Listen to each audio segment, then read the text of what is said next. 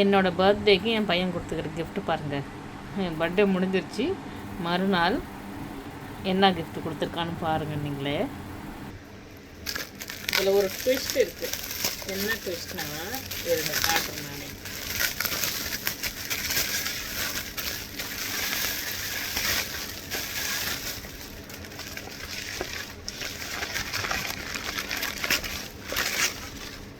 இது என்னன்னா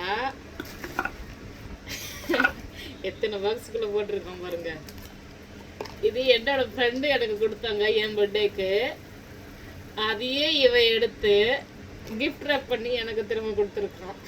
அவனோட கிஃப்டான். கிஃப்ட் ரேப் பண்ணத்தான் அவனோட கிஃப்டான். சொல்லுங்க, நான் அதை அழகா கிஃப்ட் ரேப் பண்ணி கொடுத்துருக்கிறேன்ல, அதை பாருங்க, கிஃப்டா பார்க்காதீங்க அப்படின்னு சொல்றான். எப்படி நல்லா இருக்கா?